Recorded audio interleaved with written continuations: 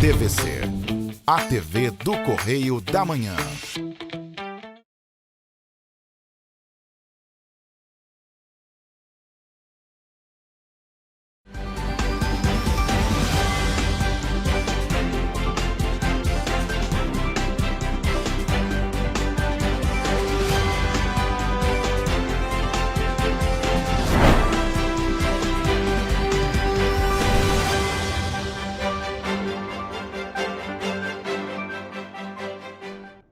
Olá, começa agora mais um Correio Petropolitano na TV, primeira edição. Eu sou Gabriel Toledo e estamos ao vivo dos estúdios da TV Correio da Manhã em Petrópolis, trazendo as principais notícias da região. Hoje é 24 de fevereiro e você vai ver a seguir. 2 homens e uma mulher são presos em flagrante por roubo no centro de Petrópolis.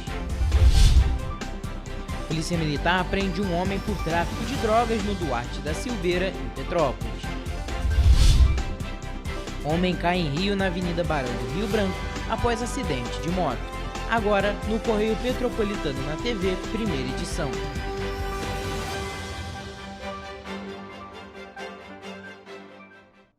Três pessoas foram presas na madrugada desta terça-feira no centro de Petrópolis, suspeitas de roubo. Segundo a Polícia Militar, o grupo teria ameaçado a vítima com uma barra de ferro para levar um celular e um cartão bancário.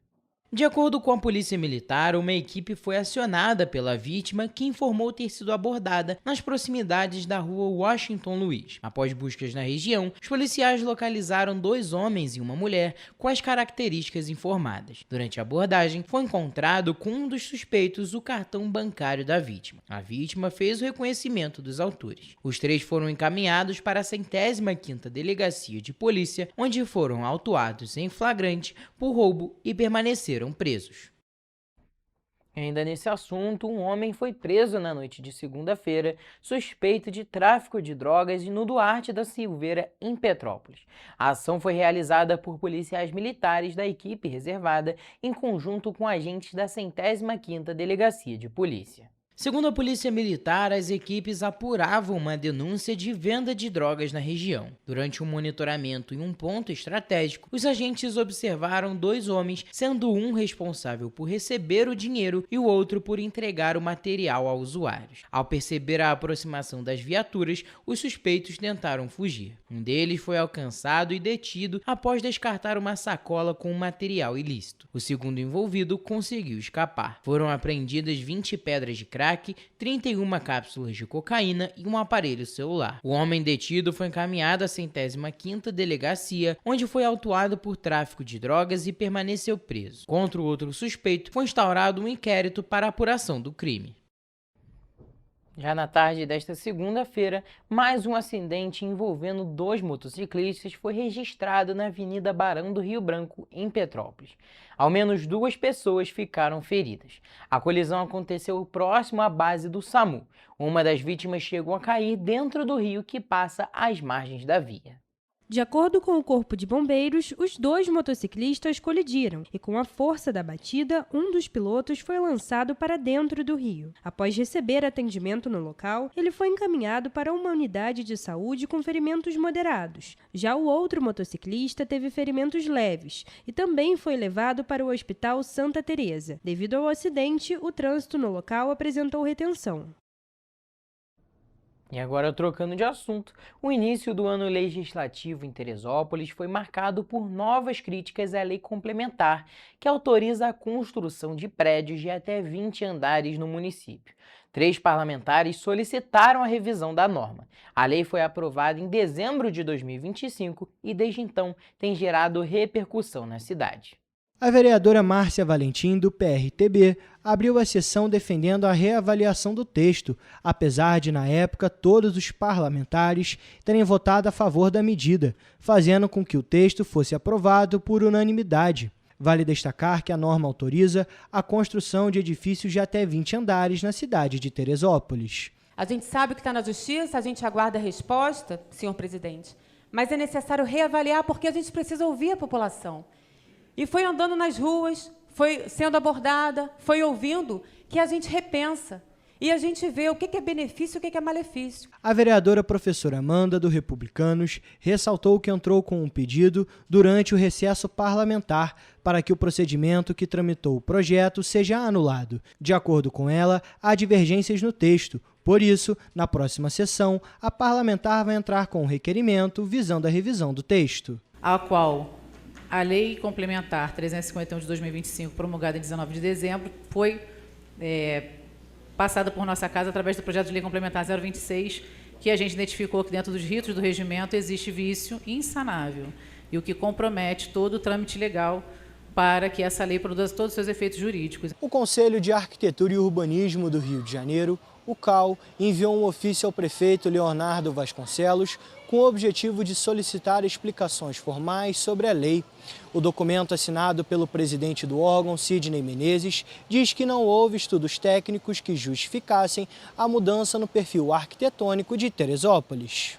De acordo com o CAU, a norma viola os princípios e diretrizes estabelecidos pelo Plano Diretor de Desenvolvimento Sustentável do município. Além da falta de estudos técnicos, não houve consulta prévia à sociedade e aos conselhos municipais da cidade e de defesa do meio ambiente. Todo empreendimento de grande porte precisa ter um estudo técnico, para que se tenha ali uma avaliação do impacto daquele empreendimento. Aumento da infraestrutura local, aumento da densidade naquela rua ou naquele bairro que compromete a qualidade de vida das pessoas. Segundo Sidney Menezes, o CAU pretende atuar junto ao Ministério Público, caso a autarquia não consiga as respostas solicitadas. E trabalhar juntamente com essas instituições para a revogação dessa lei que não nos parece muito adequada para a cidade de Teresópolis, especialmente naquele sítio no Alto de Teresópolis. O presidente do Conselho destacou ainda a importância do órgão na mediação de conflitos urbanos. Portanto, buscar informações, mediar esses conflitos para que se tenha ali uma solução. A cidade é dinâmica, a cidade cresce, a cidade evolui, mas tem que ser dentro de um ordenamento que garanta qualidade de vida, qualidade ambiental e satisfação das pessoas. O Ministério Público do Estado do Rio de Janeiro também se manifestou sobre o caso. No dia 7 de janeiro deste ano, o órgão encaminhou uma recomendação ao município solicitando a revogação da lei. E agora, trocando de assunto, a gente volta a falar sobre aquele caso do ex-secretário de Petrópolis, e aí, que teve a sua defesa, na verdade, do secretário de Habitação de Petrópolis, que foi preso por suspeita de estupro de vulnerável, afirmou em nota que ele nega de forma veemente as acusações. Os advogados também declararam que as armas apreendidas durante a operação estariam regularmente registradas. Por isso, a gente já fala ao vivo com a repórter Evelyn Carvalhais, que traz mais informações sobre o assunto. Boa tarde, Evelyn. Conta pra gente essa parte da defesa do acusado pra gente. Boa tarde, Gabriel. Boa tarde a todos que estão nos acompanhando. Bom, é exatamente isso. Segundo a defesa, não há provas que sustentem a acusação de estupro de vulnerável. Os advogados informaram ainda que o investigado possui licença de CAC, que significa colecionador, atirador e caçador, com documentação ativa, e que as armas estariam regularizadas. A nota destaca ainda que a Constituição Federal garante a presunção de inocência, o contraditório e a ampla defesa. A defesa afirma que não se pode associar automaticamente a condição legal de CAC à prática de crime, e repudiou o que chamou de condenação antecipada, exposição indevida da imagem do investigado. Já a Polícia Civil informou que foi cumprido mandado de prisão temporária pelo crime de estupro de vulnerável contra uma criança de apenas 8 anos. Segundo as investigações, o ex-secretário mantinha convívio com a vítima e teria utilizado a relação de proximidade para cometer o abuso. Durante as buscas no gabinete e endereços ligados a ele, foram apreendidas 5 armas, entre elas 2 fuzis, além de carregadores municiados, munições e aparelhos eletrônicos. A polícia afirma que, apesar de o investigado possuir licença de CAC, o armazenamento do armamento estaria em desacordo com as normas previstas no Decreto 11.615 de 2023 e na Portaria 166 do Exército Brasileiro. A Justiça converteu a prisão em flagrante em prisão preventiva, o que significa que ele permanece preso enquanto o processo segue em andamento. O ex-secretário já havia sido denunciado anteriormente pelo Ministério Público pelos crimes de extorsão e associação criminosa. Em nota, a Prefeitura de Petrópolis informou que realizou a exoneração imediata após tomar conhecimento da prisão. O município declarou que não compactua com condutas que violem a integridade física, moral ou psicológica de qualquer pessoa e que confia no trabalho das autoridades competentes. O caso segue sob investigação da Polícia Civil. Volto com você, Gabriel. Evelyn, muito obrigado pelas suas informações e, é claro, a gente segue acompanhando todo esse caso e trazendo as principais atualizações. Mas agora a gente troca de assunto porque policiais militares do 38º Batalhão de Polícia Militar prenderam neste domingo um homem de 38 anos pelos crimes de conduzir veículo sob influência do álcool, corrupção ativa e desobediência no conjunto habitacional Carmen Portinho, em Areal. O repórter Jonathan Joras é quem traz mais informações.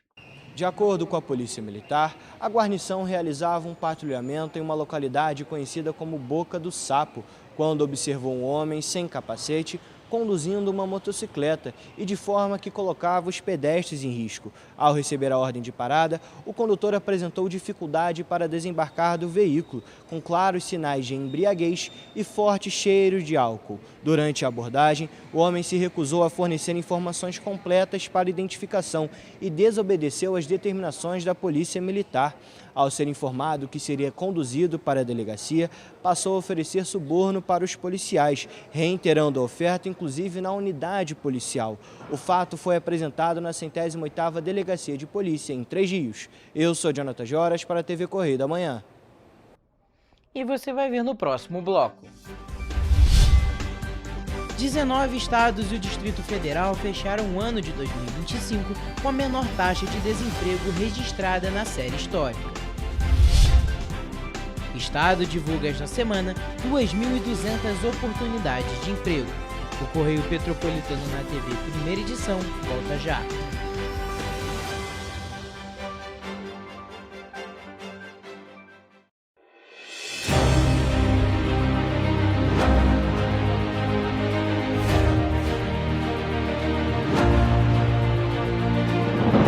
Não é jornalismo de direita, é jornalismo direito. Correio Petropolitano. Tudo que seu jornal não deveria ter deixado de ser. Todos os dias, em uma banca perto de você.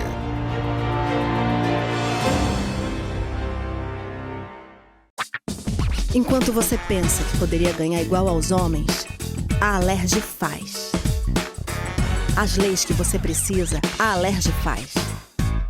Baixe o aplicativo da Alerj e conheça seus direitos. Petrópolis, uma cidade histórica, que agora tem um novo ponto de conexão. O Correio Petropolitano se renovou e leva o que de mais importante acontece na cidade, de maneira mais ágil e acessível. Acesse as notícias de Petrópolis de maneira rápida e prática, onde quer que você esteja. Fique por dentro dos acontecimentos da cidade, da política, da cultura e muito mais. Correio Petropolitano. A informação de qualidade a um clique de distância. Acesse www.correiopetropolitano.com.br. Antes não tinha saúde de qualidade no estado todo. Agora tem.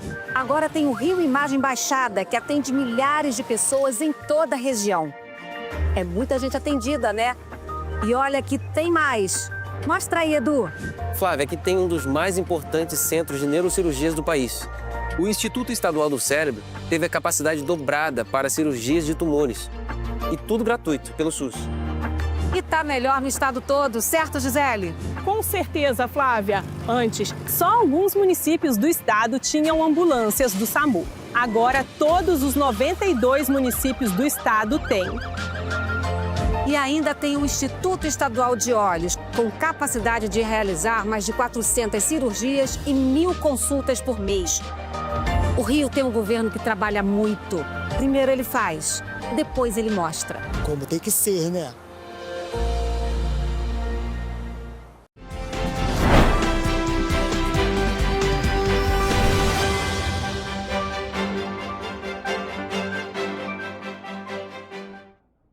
Estamos de volta.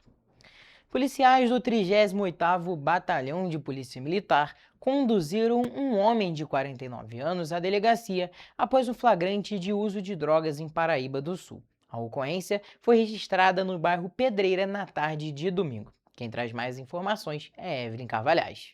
De acordo com a Polícia Militar, a equipe recebeu uma denúncia anônima informando que um homem teria comprado entorpecentes na região da linha férrea, no bairro Liberdade, que já é uma região conhecida pelo tráfico de drogas. Durante a abordagem, os agentes observaram o momento em que o suspeito jogou um objeto no chão. Na busca pessoal, nada de ilícito foi encontrado. No entanto, após varredura no local, os policiais localizaram 6 pedras de crack.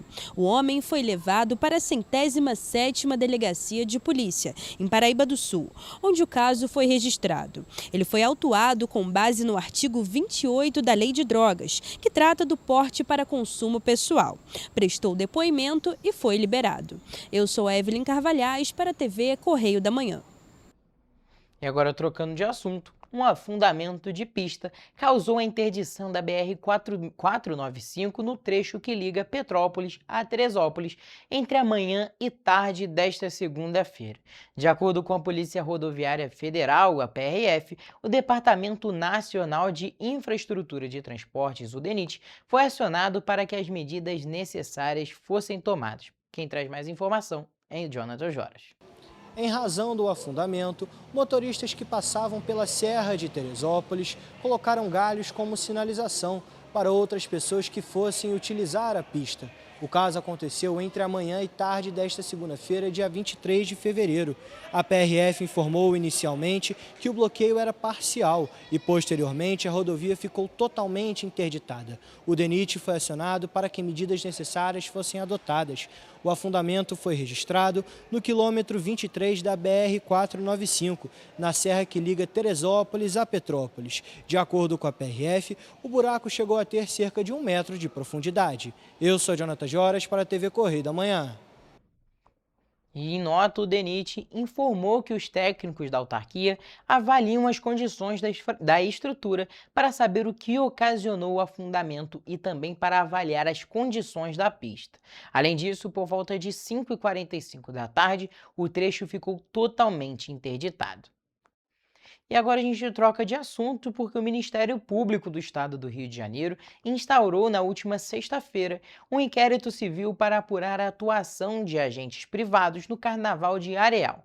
Eles teriam sido contratados pelo município para realizar a segurança dos eventos na cidade.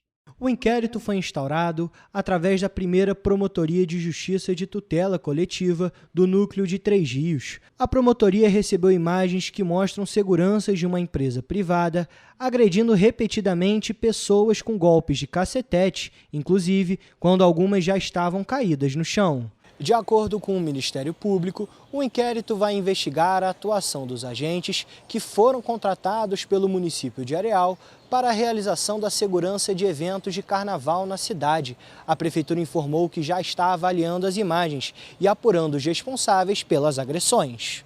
Diante dos indícios de irregularidades na conduta dos seguranças, o Ministério Público requisitou para a administração municipal uma série de informações e documentos para verificar a legalidade do contrato e a atuação dos profissionais. A Prefeitura de Areal ressaltou ainda que, diante de qualquer irregularidade, a empresa será notificada e poderá ser suspensa de futuras contratações. Agora, trocando de assunto, 19 estados e o Distrito Federal encerraram 2025 com a menor taxa de desemprego já registrada desde o início da série histórica da Pesquisa Nacional por Amostra de Domicílios Contínua em 2012. Os dados foram divulgados pelo Instituto Brasileiro de Geografia e Estatística, o IBGE. No consolidado nacional, a taxa de desocupação ficou em 5,6%, a menor já apurada pelo levantamento. Apesar do resultado positivo, o estudo também revela desigualdades regionais e altos índices de informalidade, especialmente nas regiões Norte e Nordeste. A Pesquisa Nacional por Amostra de Domicílios Contínua monitora o mercado de trabalho para pessoas com 14 anos ou mais e considera todas as formas de ocupação, com ou sem carteira assinada. Vale lembrar que só é considerada desocupada a pessoa que procurou emprego nos 30 dias anteriores à entrevista. Ao todo, são visitados 211 mil domicílios em todo o país. Entre os menores índices de desemprego estão Mato Grosso, com 2,2%, e Santa Catarina, com 2,3%. Mato Grosso do Sul aparece com 3%, seguido por Espírito Santo e Rondônia, ambos com 3,3%. Quando observamos o nível da ocupação entre homens e mulheres, ele é distinto em todas as regiões, mas ele ultrapassa 20 pontos percentuais no Norte e no Nordeste. É algo preocupante que deve ser trabalhado, que com o trabalho de alguns anos pode-se incluir mais as mulheres do Norte e Nordeste no mercado de trabalho. No outro extremo do ranking, Piauí lidera com 9,3%, seguido por Bahia e Pernambuco, ambos com 8,7%. Do total de 27 unidades da federação, 12 ficaram abaixo da média nacional de 5,6%, enquanto 15 registraram índices superiores ao percentual brasileiro. Todavia, nós temos que observar também outros indicadores que, apesar de terem diminuído, ainda escondem um problema de estrutura do mercado de trabalho, como são as altas taxas de subutilização do mercado de trabalho. A pesquisa também aponta que a informalidade segue elevada. 38,1% dos trabalhadores brasileiros atuam sem garantias como 13º salário, férias remuneradas e previdência. Maranhão e Pará apresentam os maiores índices, acima de 58%. Outro destaque é o rendimento médio mensal do trabalhador, que fechou o ano em R$ 3.560. O Distrito Federal lidera com 6.320, impulsionado pela forte presença do funcionalismo público. São Paulo e Rio de Janeiro aparecem na sequência, com rendimentos acima de 4.000. Ainda segundo a pesquisa, a mínima histórica do desemprego em 2025 reflete o dinamismo do mercado de trabalho, impulsionado principalmente pelo aumento do rendimento real da população. Nós podemos perceber que em todo período o Brasil ele tem sempre uma tendência a melhora dos seus indicadores, salvo os anos ali depois de 2014 até 2017, mais ou menos. No ano de 2025, Petrópolis manteve saldo positivo na geração de empregos formais, mas em ritmo menor do que no ano anterior. De acordo com o novo CAGED, o município registrou 29.709 admissões e 29.150 desligamentos, resultando em saldo de 559 novas vagas com carteira assinada. O número representa uma desaceleração em relação a 2024, quando a cidade havia fechado o ano com saldo de 1.565 postos de trabalho. Apesar da redução no volume de contratações, Petrópolis continua gerando empregos e ampliou o estoque total de vínculos formais, que chegou a 70.422 trabalhadores. Por fim, os dados indicam um cenário de estabilidade no mercado de trabalho local, com crescimento mais moderado em comparação ao ano anterior. E ainda nesse assunto de emprego, o governo do estado está disponibilizando esta semana 2.244 oportunidades de emprego formal, estágio e jovem aprendiz, captadas pela Secretaria de Trabalho e Renda. Por meio do Sistema Nacional de Emprego, são oferecidas 970 vagas com carteira assinada, distribuídas pelas regiões Metropolitana, Serrana e Médio Paraíba. Para quem está buscando estágio ou uma chance como jovem aprendiz, há 1.274 vagas ofertadas pelo Centro de Integração Empresa-Escola. Na região metropolitana são oferecidos salários de até R$ 6.484 para a função de vidraceiro e é necessário ter experiência anterior. Há também vagas com remuneração de 2 a 3 salários mínimos para as funções de motorista carreteiro, auxiliar de almoxarifado, técnico em segurança do trabalho, Trabalho e Serralheiro, distribuídas por bairros como Centro, Pavuna e Taquara. As oportunidades exigem diferentes níveis de escolaridade entre o ensino fundamental e o ensino médio, além de experiência na função. Existem ainda 162 vagas com remuneração de até 2 salários mínimos exclusivas para pessoas com deficiência, como colocador de asfalto, pedreiro, carpinteiro e servente de obras. Na região serrana, todas as 90 ofertas de emprego são para a cidade de Teresópolis. A média salarial varia de 1 a 2 salários mínimos para as funções como as de auxiliar geral de conservação de vias permanentes e técnico de enfermagem do trabalho. Já no Médio Paraíba, a captação de vagas reuniu 46 oportunidades, como analista de marketing, balconista e auxiliar de cozinha para diferentes níveis de escolaridade. De acordo com o Observatório do Trabalho da Secretaria de Trabalho e Renda, as vagas de emprego formal disponibilizadas estão distribuídas pelo setor de serviços e comércio. A maioria dos empregadores pede o ensino médio completo e oferece até 2 salários mínimos. Para se inscrever ou atualizar o cadastro, é necessário ir a uma unidade do Cine, levando os documentos de identificação civil, carteira de trabalho, PIS, PASEP, NIT, NIS e CPF. O endereço das unidades e os detalhes de todas as vagas oferecidas podem ser encontradas no painel interativo de vagas da Secretaria de Estado de Trabalho e Renda, disponível no site rj.gov.br/trabalho. Uma parceria entre a Secretaria e o CIEE resultou na oferta de 1.274 estágios para diferentes níveis de escolaridade, além de oportunidades para jovem aprendiz. As informações mais detalhadas podem ser obtidas em ciee.org.br. Vamos agora para um rápido intervalo e na volta, Correio Esportivo.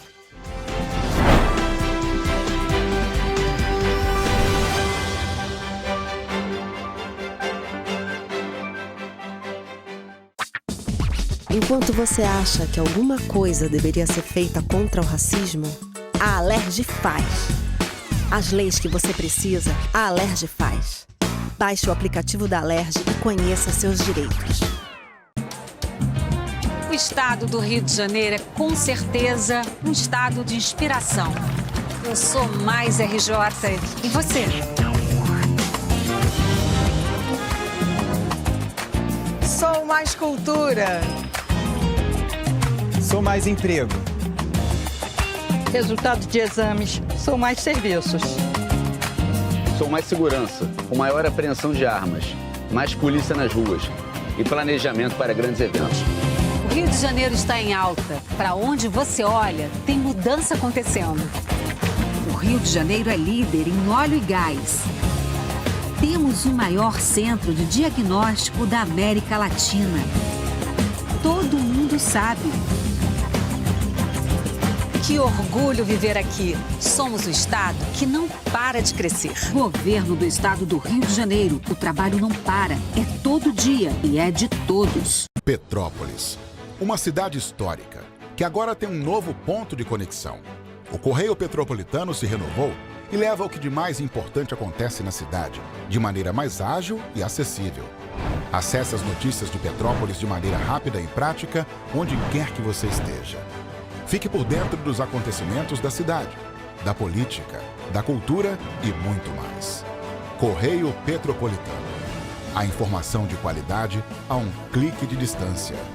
Acesse www.correiopetropolitano.com.br.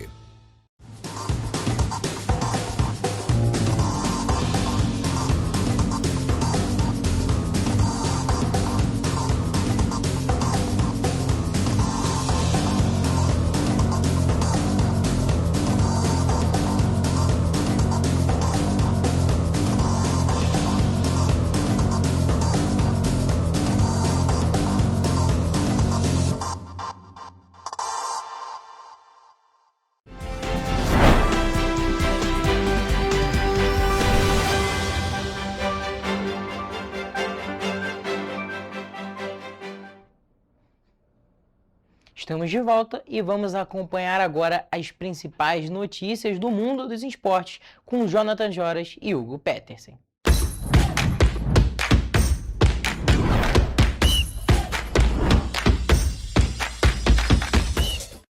Olá, começamos agora mais uma edição do Correio Esportivo, o momento de focar em esportes aqui na TV Correio da Manhã.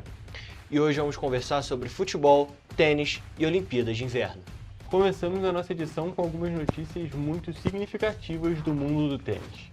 Os brasileiros João Fonseca e Marcelo Melo se sagraram como a dupla campeã do Rio Open 2026 no último domingo. Jogando em casa, os nossos conterrâneos superaram o alemão Constantin Francizen e o holandês Robin Haase por 2-1 de virada. E apesar do título ser para os dois, essa conquista teve um significado diferente para cada um dos tenistas. Isso porque, por um lado, João jogou sua primeira final de duplas e, pelo outro lado, Marcelo Melo conquistou seu 41º título na carreira. Jonathan, a gente tem que destacar aqui, é claro, é sempre muito bom a gente ver brasileiros sendo campeões, ganhando torneios, independente de qual for o esporte, mas ganhar dentro de casa tem um valor muito especial, não é mesmo? Com certeza, e sem contar que eu acredito que para o João Fonseca seja realmente muito especial. Ele não estava vindo de bons jogos recentemente, foi eliminado de Buenos Aires recentemente, e agora jogando dentro de casa, né? Apesar de ser dupla, né? Não ser o que é individual, né? É o simples, né? Ele conquista um título, é mais um título para um jovem que é muito promissor, sem contar o Marcelo Melo, que é um grande jogador. Exatamente, um grande jogador, um jogador multicampeão, como você mesmo disse, 41º título da carreira, então assim, é muita coisa mesmo, é muito título e é só mais uma coroação dessa ótima carreira desse grande tenista. E no caso do João Fonseca, eu diria que é um título muito significativo. Claro, por ser o primeiro de duplas já seria significativo, claro, mas sendo no Rio e também representando uma superação, porque o João Fonseca ele foi eliminado do simples no Rio Open um pouco antes desses jogos de duplas. Então mostrou que o mental dele está forte e ele está conseguindo superar para ter esse desenvolvimento como tenista, tanto na categoria de simples, que ele já mesmo disse, que é o foco dele, quanto na de duplas, que quando ele for jogar, for disputar, ele também tem um desempenho muito bom. Inclusive, apesar do título muito positivo para o Brasil, esse Rio Open teve pela 4ª vez um argentino como campeão da categoria simples. Thomas Martín Echeverri venceu o chileno Alejandro Tabilo, também de virada, por 2-1. E para a gente finalizar aqui o assunto de tênis na edição de hoje, vamos sair daqui do Rio de Janeiro e vamos lá para os Emirados Árabes, pois foi lá que Luiz Stefani e Gabriela Dabrowski conquistaram o título de duplas do WTA 1000 de Dubai. A brasileira e a canadense brilharam contra a alemã Laura Siegemund e a russa Vera Zvonareva, conquistando o título por 2-0. Jonathan, a gente tem que destacar aqui esse título, é claro, do jogador argentino, tenista argentino aqui no Rio Open. Infelizmente não deu para o João Fonseca dessa vez, acabou sendo eliminado por um peruano, mas ainda assim foi uma campanha muito sólida dele nesse Rio Open. E a gente também destaca, é claro, essa grande atuação da Luiz Stefani lá no WTA 1000 de Dubai. Mais um título para o Brasil, mais uma conquista muito significativa. Com certeza, Hugo. É muito importante a gente ter os nossos representantes, como sempre no esporte. O Brasil sempre teve grandes representantes no esporte, isso em qualquer segmento do esporte, nos esportes olímpicos, no tênis, no futebol, no basquete, por aí vai. E a gente sempre fica muito feliz. A gente consegue ter essa noção nas Olimpíadas, principalmente, mas o tênis sempre foi um esporte muito forte aqui no Brasil. E, claro, a gente fica muito feliz tendo esses representantes. Exatamente. É claro, é um esporte muito nichado, um esporte mais difícil de ser disputado do que basquete, futebol, mas ainda assim a gente tem grandes representantes e a gente tem representantes conquistando títulos e em pontos de grande destaque nesse mundo do tênis. E é claro, a gente fica aqui na torcida para que a gente venha aqui mais vezes falar de outros títulos brasileiros, seja do João Fonseca, Marcelo Melo, da Luiz Stefani, Bia Haddad, todos os tenistas que estão representando e muito bem aqui o Brasil.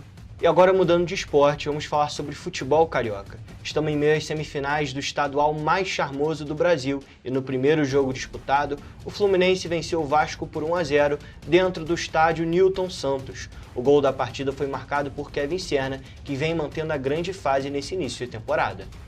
Jonathan, a gente precisa destacar aqui, esse é um jogo muito significativo para os dois clubes. Para o Fluminense, é claro, aquela questão de dar um troco no Vasco pela eliminação na Copa do Brasil, de tudo que aconteceu no finalzinho do ano passado. E no Vasco é o jogo que marcou o fim do trabalho do Fernando Diniz. Eu acho que em relação ao Fluminense, ficou algo entalado para os jogadores naquela semifinal de Copa do Brasil, que foi principalmente o jogo de volta, né? O Fluminense insistiu, aquele chute que o John Kennedy chuta de uma maneira surreal, mas enfim, e que os jogadores do Fluminense sentiram demais aquela derrota, aquela eliminação, né? O Fluminense não foi derrotado, acabou eliminado nos pênaltis. Apesar de, como você falou, são pesos totalmente diferentes, mas assim, é clássico, né? Eu acho que o importante é vencer clássicos. E assim, em relação a Fernando Diniz, já estava na hora, né? Exatamente, a gente pode destacar, só para a gente terminar de falar do Fluminense, que é algo que a gente precisa falar um pouco menos nessa, porque foi um jogo menos significativo, vamos dizer assim. Porque o início de ano do Fluminense é muito bom. E foi mais uma vitória, não foi uma vitória, mais foi mais uma, né? Exatamente. Ganhou todos os clássicos que disputou no início de ano, então assim, é início de ano do Fluminense como há muito tempo o clube não tem. É um ótimo trabalho do Zubeldia, que inclusive fez um papelão ali no jogo. Foi expulso no primeiro tempo de uma semifinal de uma maneira desnecessária. Ele estava pedindo um pênalti, que foi falta sim o lance. Claro, mas estava bem que não foi pênalti, área, né? Exatamente. A gente até conversou durante o jogo, então assim, foi uma situação completamente evitável, um trabalho muito bom, mas que ali durante o jogo ele teve uma atitude sim, lamentável. Pois é. Mas agora falando do Vasco, que é a situação mais complicada e que teve mais mudança nesse jogo, foi mais um jogo muito ruim do Cruz Maltino. O Fluminense, a gente pode falar que fez uma das piores partidas da temporada, foi uma partida assim muito ruim tecnicamente dos dois times. E ainda assim o Fluminense foi muito superior ao Vasco o jogo inteiro. Eu diria que o Vasco foi o time que se propôs mais a jogar, mas o Fluminense esteve no controle o tempo todo, então foi assim, um jogo muito ruim, mais um jogo muito ruim do Vasco do Fernando Diniz, que contou, é claro, com atuações individuais ruins, mas também a parte tática, a parte que é a responsabilidade do técnico está perdida há muito tempo. Eu acho que esse jogo do Fluminense e do Vasco representou o que tem feito o Fluminense também na temporada, de controlar o jogo, o tempo todo tá controlando, mesmo que não o tempo todo com a posse de bola, é aquele controle ali de que a qualquer momento o Fluminense dá uma arrancada, era o que aconteceu com o Vasco. O Vasco no primeiro tempo tomou um contra-ataque e ficou 2 contra 1. No primeiro tempo, isso é normal no final de jogo, que tá aquele desespero para tentar empatar, no primeiro tempo ficou o Robert Renan contra o John Kennedy e o Lúcio Acosta. Isso não existe. Isso é um erro tático do caso do Fernando Diniz. Então, assim, eu acho que já estava na hora, eu acho que o Pedrinho até alongou demais. Foram 23 derrotas. É muita coisa. E 17 vitórias, né? Teve, claro, a ida à final da Copa do Brasil, mas eu acho que, assim, não quer dizer nada, porque não ganhou a Copa do Brasil. Futebol se faz com títulos. E é algo que o Diniz diz que não é assim, que o que importa é o lado humano. Ele dizia isso muito no Fluminense, né? Que a Libertadores não foi tão importante. O que importa ali, quase que o que importa é os amigos que a gente faz pelo caminho. Cara, é importante, mas a gente tem que conquistar título, ganhar jogo. Pô. Exatamente, sem dúvida nenhuma, essa parte é muito importante. Eu, inclusive, sou um defensor dessa parte do Diniz, querer valorizar, eu também. Mas não tem como priorizar essa parte. A gente vive num mundo que é de resultados. E o futebol, ainda mais com tantas pessoas, tanta torcida, muito dinheiro envolvido, é muito complicado a gente ficar nesse lado que é utópico. Eu diria que o Fernando Diniz, utópico, é o melhor treinador que a gente tem. Também acho. Mas factualmente aí a situação é um pouco diferente, a situação muda bastante e o resultado tinha parado de aparecer. A gente pode destacar, eu até discordo de você no ponto da demissão no final da Copa do Brasil, aí, não que você tenha dito que tinha que ser demitido pós a final, mas eu entendo o Pedrinho, a diretoria do Vasco, querer alongar um pouco o trabalho do Fernando Diniz, porque foi um trabalho que em algum momento deu resultado e, querendo ou não, o Vasco montou esse elenco de 2026 baseado nas ideias do técnico. Sim. Então foi aquela situação de dar um tempo para os jogadores, dar um tempo para o técnico se adaptar, para esses jogadores se adaptarem a esse desenho tático, desenho do técnico, mas no final das contas já deu ali 2 meses de temporada, o time realmente não virou a chave, que esse trabalho do Fernando Diniz por muito tempo parecia que faltava só dar virada de chave para engrenar, mas acabou que não aconteceu. Aí a demissão eu acho que é muito justa realmente, o trabalho já estava insustentável, tanto nos resultados e dava para ver também nos jogadores que não estavam mais comprando a ideia como já haviam comprado durante a temporada passada principalmente. No final do Brasileiro já dava para ver algumas, a gente pode dizer, umas rusgas ali entre o elenco e a comissão técnica, mas na Copa do Brasil foi aquele negócio dos jogadores abraçaram, não, vamos aqui lutar pelo clube e afim. mas essa rusga estava mais proeminente nesse início de temporada. E agora vamos ver quem vai ser o próximo técnico do Vasco, que vai ter uma responsabilidade muito grande para conseguir, vamos dizer assim, salvar esse início de temporada. E na outra semifinal do Carioca, disputada no Maracanã, o Flamengo superou a má fase e venceu o Madureira por 3-0. O jogo começou com mais uma atuação ruim do rubro-negro no primeiro tempo. Mas na segunda etapa, os grandes medalhões do elenco rubro-negro entraram em campo e decidiram o jogo. Os gols foram marcados todos na segunda etapa, por Arrascaeta, De La Cruz e Luiz Araújo. Jonathan, eu queria destacar desse jogo do Flamengo que um primeiro tempo assustador. Uma coisa assim que a gente estava destacando aqui, o mau jogo do Vasco contra o Fluminense. Sim.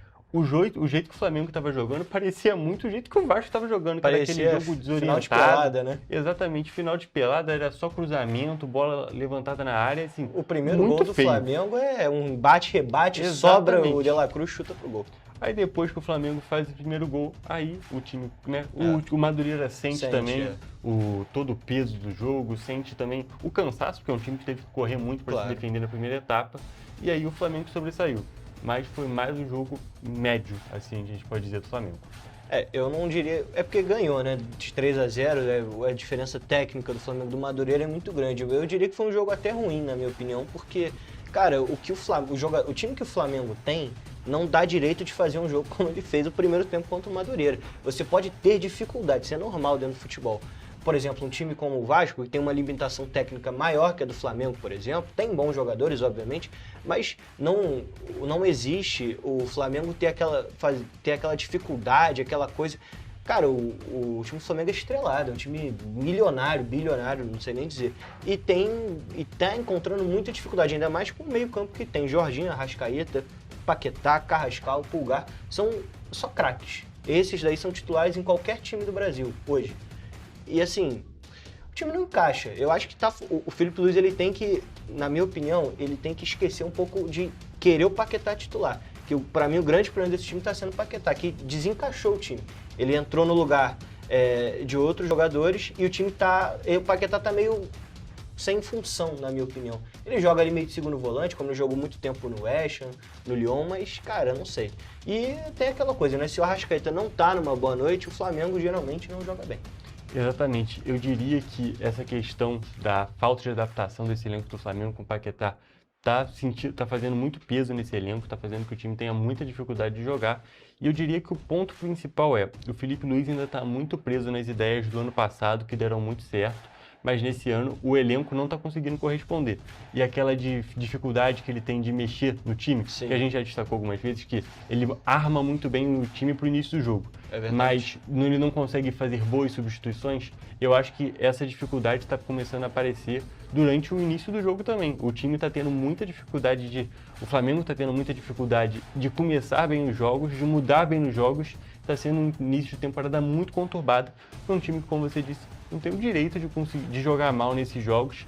Uma coisa é a final da Recopa, que a gente nem destacou, que o Flamengo acabou perdendo para o Lanús, que é um jogo diferente, é uma final contra o time argentino, uma situação completamente diferente, ainda, né? Fora de casa, é tudo completamente diferente. Mas contra o Madureira, dentro do Maracanã, não existe o Flamengo ter toda essa dificuldade para ganhar. Ganhou de 3-0, mas é um placar que não reflete o jogo. Conseguiu vencer, então assim, supera a má fase no sentido de reencontrar a vitória, mas ainda assim é uma atuação muito ruim, levando em consideração o que o Flamengo tem disponível e o que o Flamengo já jogou. Com certeza, e tem uma outra coisa, né? O que você falou das substituições de Felipe Luiz, a sensação que me dá é que chega no meio do jogo, não tá funcionando, ele não sabe o que fazer. Não é que ele mexe mal, pra mim ele fica meio perdido. Então ele faz aquelas substituições genéricas, bota o Everton Cebolinha, eu boto o Luiz Araújo, ele não mexe. Cara, o Luiz Araújo, pra mim, tinha que jogar até mais pro meio. É um jogador que entra muito bem nos jogos e recebe poucas oportunidades. Mas enfim, eu acho que é só uma fase. O Flamengo tem tudo pra fazer um grande ano, como sempre. Com certeza tem tudo para fazer um grande ano. E o Felipe Luiz tem tudo para se desenvolver ainda mais como um grande técnico. Pô, a gente não precisa nem dizer o que ele já conquistou no futebol. Mas ainda tem algumas coisas, algumas mudanças que ele precisa fazer para que ele consiga alcançar um patamar ainda maior. Porque a gente, não sei se a gente já destacou, né? O Felipe Luiz é um técnico que tem algumas ideias que não é para o futebol brasileiro, não. É para ele conseguir expandir, conseguir ir lá para a Europa, porque realmente é um técnico muito acima da média. E por fim, na Taça Rio, o Botafogo encaminhou a sua classificação para a final do torneio no primeiro jogo contra o Boa Vista. O Glorioso venceu por 2-0 com gols de Justino e Arthur, o time do Boa Vista. Do outro lado da chave, na outra semifinal, o Bangu superou o Volta Redonda por 1-0.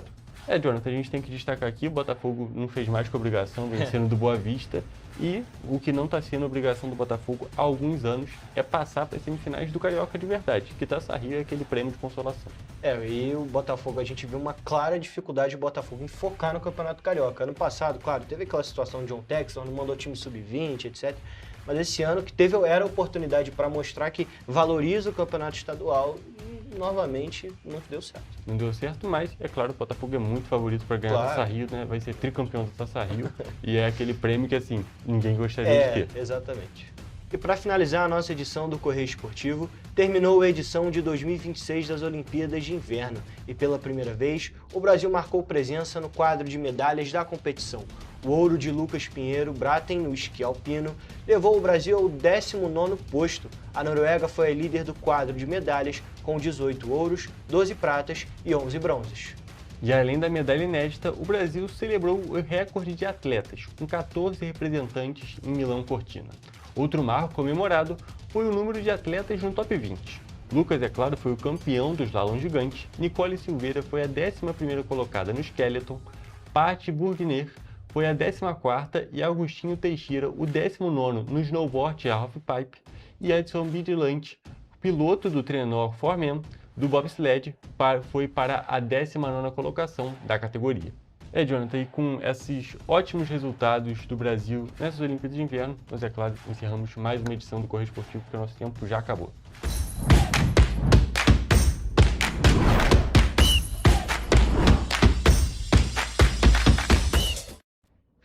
E você vai ver no próximo bloco. Polícia Federal investiga desvio de quase R$1 milhão da Caixa Econômica Federal. Dólar fecha em R$ 5,16 e atinge menor valor em 20 meses. O Correio Petropolitano na TV, primeira edição, volta já.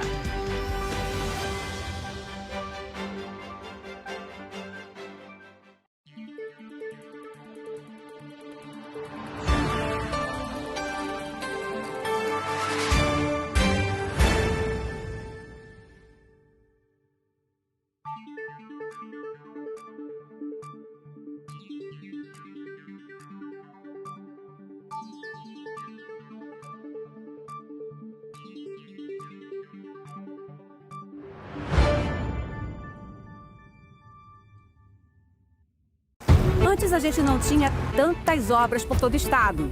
Agora tem. Na região de Campos dos Goitacazes, o governo entregou a Ponte da Integração. Quanto tempo o senhor esperou por essa obra? Mais de 40 anos. É que antes os investimentos eram só para a capital. Mas agora essa obra histórica é um marco para o desenvolvimento. São bilhões investidos e tem muita coisa boa acontecendo. Vai daí, Edu. Flávia, antes aqui em Petrópolis, chovia, alagava. Agora o novo túnel extravasor já está ajudando a evitar enchentes. E tem muito mais. Gisele, é com você. Dona Maria, e o teleférico? Ah, minha filha, parou no tempo. Ah, mas isso foi antes. Agora falta pouco para voltar. E vão ser mais de 100 mil passageiros todos os dias. Tá pronta para ir? Eu quero ser a primeira. O Rio tem um governo que trabalha muito. Primeiro ele faz, depois ele mostra. Como tem que ser, né? Enquanto você imagina que poderia rolar desconto na conta de luz, a Alerj faz. As leis que você precisa, a Alerj faz. Baixe o aplicativo da Alerj e conheça seus direitos. Para ter mais qualidade de vida, conte com a maior rede de academias de Petrópolis. Aqui na Corper, com uma mensalidade, você utiliza todas as unidades: Centro, Bingen, Itamaraty e Itaipava. Com planos a partir de R$ 98,00, a academia oferece ambientes modernos para você cuidar da sua saúde com segurança. Os espaços contam com dezenas de aparelhos de musculação, diversos equipamentos para aeróbico e funcional, além, é claro, de profissionais qualificados e uma extensa grade de aulas coletivas, que inclui dança, bike, jump, Wolf Fit, Step Fit, entre outras. Nossas estruturas são equipadas com salas de musculação e aulas coletivas, salas de avaliação física e nutricional, vestiários e estacionamentos amplos. Venha nos fazer uma visita e surpreenda-se! Correio da Manhã, o grupo de comunicação que mais cresce no Brasil. 5 gráficas, 5 jornais diários.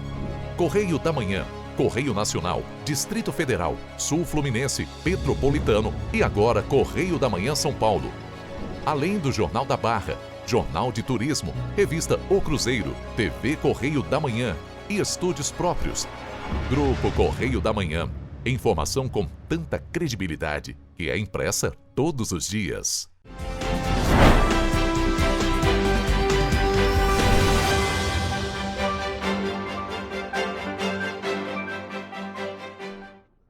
Estamos de volta. E a Operação Remorso, Sem Remorso, na verdade, foi deflagrada na manhã desta terça-feira pela Polícia Federal. O objetivo é apurar o crime de peculato envolvendo o desvio de recursos da Caixa Federal. As investigações indicam que o suspeito teria causado um prejuízo estimado em quase R$1 milhão, considerando valores atualizados entre janeiro e agosto de 2022. Durante a ação, policiais federais cumpriram um mandado de busca na residência do investigado no município de Dionísio Cerqueira, em Santa Catarina, onde foram apreendidos documentos, um aparelho celular e um carro de luxo. A PF informou que, com o material apreendido, dará continuidade às investigações para esclarecer completamente os fatos e identificar outros possíveis envolvidos nas fraudes. E trocando de assunto agora, em meio à cautela dos investidores com a política tarifária do presidente Donald Trump, o dólar voltou a cair e a fechar no menor valor em 20 meses. A Bolsa de Valores iniciou o dia em alta, mas reverteu a trajetória e caiu, influenciada pelo mercado externo. O dólar comercial encerrou esta segunda-feira vendido a aproximadamente R$ 5,16, com um recuo de 0,14%. A cotação começou a sessão em alta, chegando a R$ 5,19, mas recuou ainda em linha com o mercado internacional. A moeda estadunidense está no menor valor desde 28 de maio de 2024, quando estava em R$ 5,15. A divisa acumula uma queda de 1,51% em fevereiro e de 5,83% em 2025.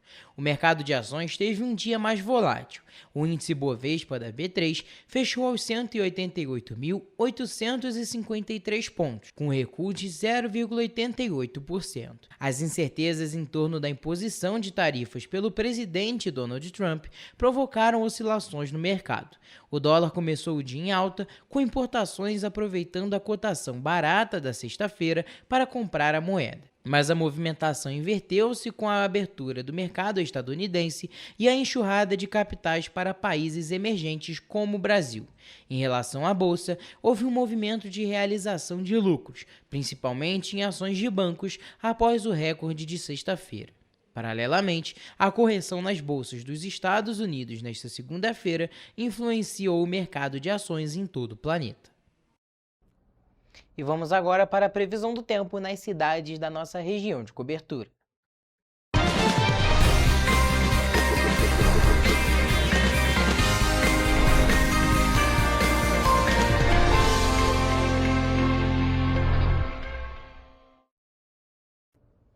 E a gente tem passado por dias bem típicos da estação, que é o verão no caso, e a gente tem passado por dias com muita chuva, com aquela possibilidade de chuva principalmente aqueles ameaços de chuva em todas as cidades da nossa região de cobertura, mas principalmente com as temperaturas um pouco mais elevadas. Mas é claro, a gente precisa saber a previsão para amanhã, quarta-feira, e por isso a gente já está ao vivo com o repórter Jonathan Joras, que traz mais informações para a gente. Boa tarde, Jonathan. Conta pra gente como é que é a previsão para amanhã, quarta-feira.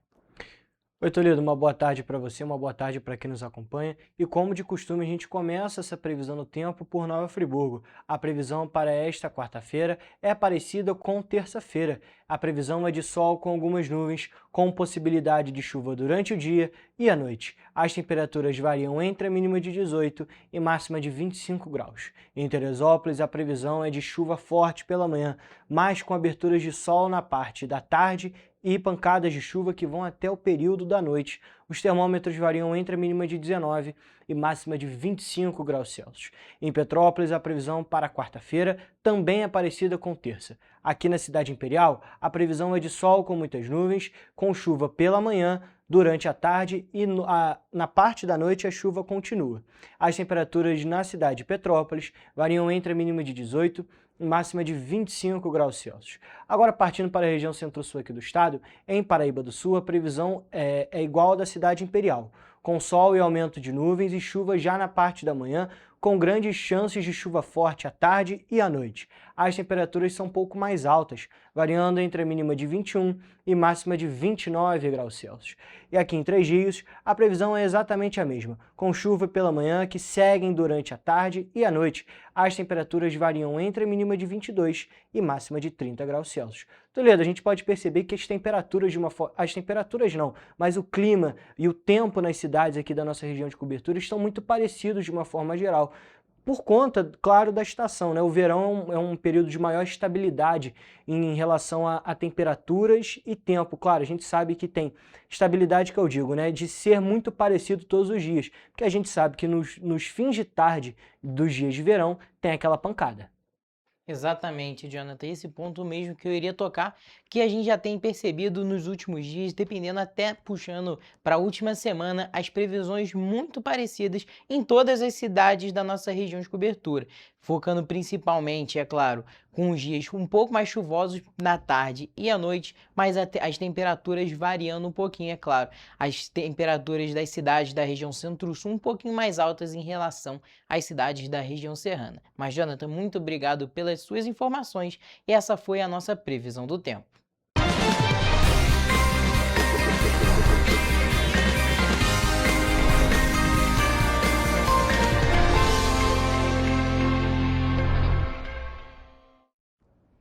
Pessoal, a gente fica por aqui, mas mais notícias e informações você encontra nos nossos telejornais, além do nosso site em correiopetropolitano.com.br e as nossas redes sociais, o Facebook TV Correio da Manhã e os nossos Instagrams, @correiopetropolitano e @TV Correio da Manhã.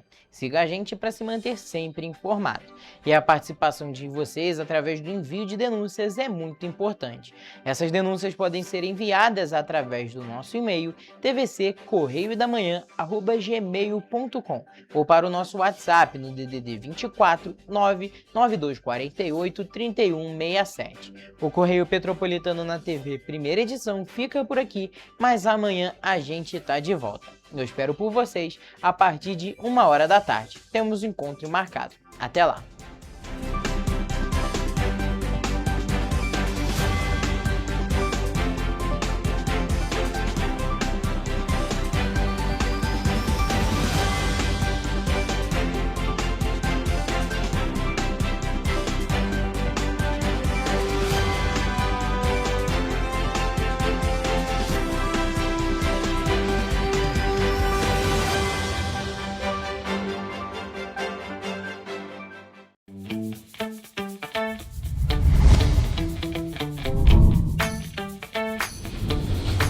TVC, a TV do Correio da Manhã.